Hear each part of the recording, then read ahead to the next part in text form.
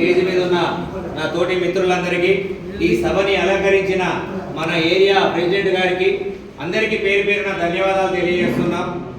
ఈ మీటింగు ముఖ్య ఉద్దేశం, ఇన్ని రోజులు నువ్వెవరో నేనెవరో తెలియదు. ఇంతకుముందు బండి వెళ్తుంటే ఆయన కూడా అనకపోయేది, శత్రువులాగా ఇట్లా చూసుకునేవారు, ఈడగెళ్తున్నాడా వీడని. అలాంటిది ఈరోజు ఒక మిత్రులుగా ఏర్పడి ఏకతాటి మీద ఒకే గొడుగు కింద కూర్చోవడం చాలా ఆనందకరం మనకందరికీ. ఎందుకంటే అందరం కలిసి ఉంటేనే కలదు సుఖం, కలిసి ఉంటేనే బలం. ఈ రోజులల్లా అన్నదమ్ములు ఇడిపోతున్నారు కానీ దోస్తాను ఇడిపోదు. దోస్తానికి ఏమన్నా అయ్యిందనుకో, ఎక్కడున్నా సరే ఒక ఫోన్ వచ్చిందంటే అక్కడ వచ్చి నిలబడతాడు దోస్తు. అదే అన్న అయితే సావం లేకపోతే వదిలేస్తారు. అలాంటిదే మనం మిత్రధర్మం. మనం మిత్రులం కాబట్టి ఎక్కడెక్కడికి వెళ్ళో వచ్చినాం, ఈడ కలుసుకున్నాం, ప్రతి ఒక్కరం డ్రైవింగ్ స్కూల్ పెట్టుకున్నాం. ఈ డ్రైవింగ్ స్కూల్ గొడుగు కింద అన్నా తమ్ముళ్ళలాగా కలిసి ఉన్నాం కాబట్టి అందరం కలిసికట్టుగా ముందుకెళ్లాలని చెప్పేసి మీకు అందరికీ జేఏసీ తరఫున పిలుపునిస్తున్నా.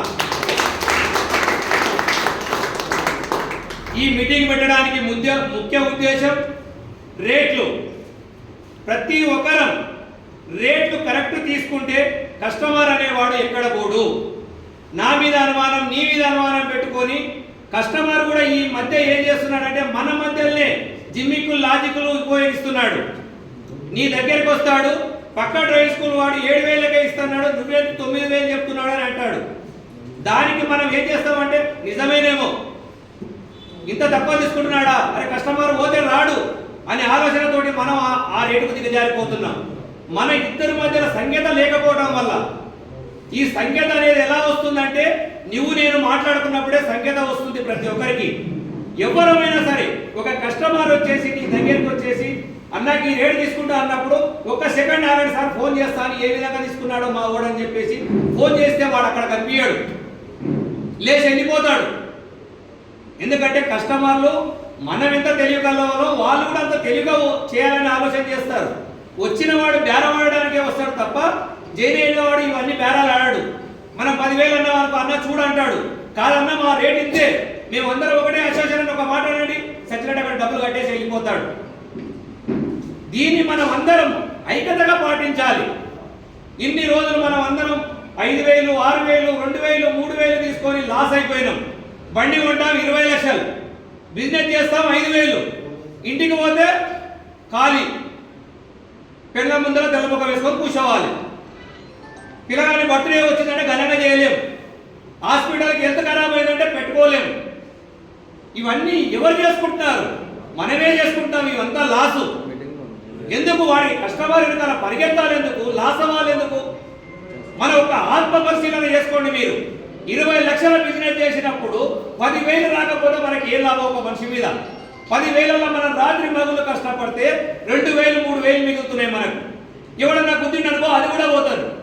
సడన్లీ బ్రేక్ చేస్తాడు, ఎందుకు వచ్చి నీకు గుద్దుతాడు, సారీ అండి నేను చూడలేదు అంటాడు. సారీ అంటే మనకు చల్లగా కారిపోతుంది ఇక్కడ కింద. ఇవన్నీ మీరు దయచేసి మీరు అన్ని, ఎందుకంటే ఒక చెప్తే నేర్చుకునేవి కాదు, ఇవన్నీ మనందరం మనలో రావాలి. కస్టమర్ గురించి మనం ఆలోచన చేయొద్దు. కస్టమర్ ఈ రోజు వస్తాడు, నెల రోజులు నేర్చుకుంటాడు, మాట 10 రోజులు నేర్చుకుంటాడు, వాడు పోయిందంటే వాడు సచ్చినాక లైఫ్ మొత్తం వాడికి అదే బండి నడుపుకుంటాడు, వెళ్ళిపోతాడు. వాటితో మనకి ఏం సంబంధం? మళ్ళీ వాడు కొడుకు పుట్టి 20 ఏళ్ళు అన్నారు చూద్దాం, అది నీ దగ్గరికి వచ్చి వస్తాడు, లేకపోతే దాని పక్కన వాడు దోస్తు వస్తే వాళ్ళ దగ్గరికి వెళ్ళిపోతాడు. ఇవన్నీ వాళ్ళ గురించి మనం ఆలోచించవద్దు. దయచేసి మీరందరూ ఒకే మాట, ఒకే బాట మీద, ఒకే రేటు మీద నిలబడాలని చెప్పి మన ఏరియా అందరికీ, ప్రతి ఒక్క డ్రైవింగ్ స్కూల్ సభ్యునికి మీకు సభాముఖంగా తెలియజేస్తున్నాను. Hyderabad LME motor driving school association మన ఏరియాలో, ఈ ఏరియాలో పెట్టాం కాబట్టి, మన ఏరియా అసోసియేషన్ ఉంది కాబట్టి ఏ ప్రాబ్లం వచ్చినా మన అసోసియేషన్ పెద్దలకు చెప్పుకోవచ్చు. ఏ ప్రాబ్లం వచ్చినా మన అసోసియేషన్ సభ్యుడు వచ్చి మనకు సాల్వ్ చేయాలి. జేఏసీ సభ్యులు రావాలంటే టైం పడుతుంది, అసోసియేషన్ సభ్యుడు రావడానికి పెద్ద టైం పట్టదు. ఇంకొకటి, మనం రేట్లు ఫిక్స్ చేసుకున్న రేట్లు ఓన్లీ డ్రైవింగ్ 6,000, విత్ లైసెన్స్ 10,000, అంటే లైసెన్స్ 4,000. మనం ఎంత లాస్లో పోతున్నామో చూడండి, ఆలోచన చేయండి. ఇంకో 1,000 రూపాయలు తీసుకున్నా తక్కువే. మనం స్లాట్ బుక్ చేస్తూ ఒక 500 జంప్ అయిపోయింది అనుకో, మళ్ళీ తిరిగి మనకు రావట్లేదు. అవి కస్టమర్ తోటి చెప్పినా అనుకో, అది నాకేం సంబంధం అంటే కొట్టుకుంది మీరు, చేసింది మీరు. నాకు తెలుసా, నాకు తెలియగానే మీ దగ్గరికి వచ్చిన అంటాడు. ఇవన్నీ దృష్టిలో పెట్టుకోండి, ప్రతి లాసును దృష్టిలో పెట్టుకోండి. ఈ మధ్య మనం పొద్దున పెళ్ళం పిల్లల కన్నా టైం ఇస్తలేం, కానీ మనం మాత్రం కస్టమర్కు ఫుల్ టైం ఇస్తున్నాం. 4 o'clock లేస్తారు మన సభ్యులు ఒక్కొక్కరు. నిధులు ఉండవు, నీళ్ళు ఉండవు, తిప్పలు ఉండదు, టిఫిన్ టైం చేయడు, అన్నం టైం తినడు. డాక్టర్ దగ్గరికి పోతే షుగర్ వచ్చిందయ్యా నీకు అంటే టాబ్లెట్ ఇస్తారు కదా, జీవితాంతా టాబ్లెట్లు మిగుతూనే ఉండాలి. సంపాదించిందంతా షుగర్ రోగానికి బీపీ రోగానికి పెట్టుకుంటే వెళ్ళిపోతుండాలి. ఇంటికి పోయినా కూడా పెళ్ళ ఏమనంటే కసురుకుంటాం, మూసుకొని పండుకుంటాం, తింటా లేకపోతే లేదు. మళ్ళీ పొద్దున లేస్తాం, అది చేస్తాం కదా. ఇంకెవరన్నా ఒక సుక్క వేసుకునేటోళ్ళు ఉంటారనుకో, దానిగా సరిపోతుంది సంపాదించింది ఆ రోజు. ఇవన్నీ ఒకటి చెప్పితే కాదన్నా, మన ఆత్మ పరిశీలన మనం చేసుకోవాలి, మన రేటు మనం ఫిక్స్ చేసుకోవాలి. ఎందుకంటే ప్రతిదానికి బట్టల షాప్కు ఒక స్టిక్కర్ అతికిస్తాడు, వాడు వచ్చిన స్టిక్కర్ మీకేసి ఇంకో స్టిక్కర్ అతికిస్తాడు. ఫిక్స్ రేట్, ఉద్దర అడగొద్దు.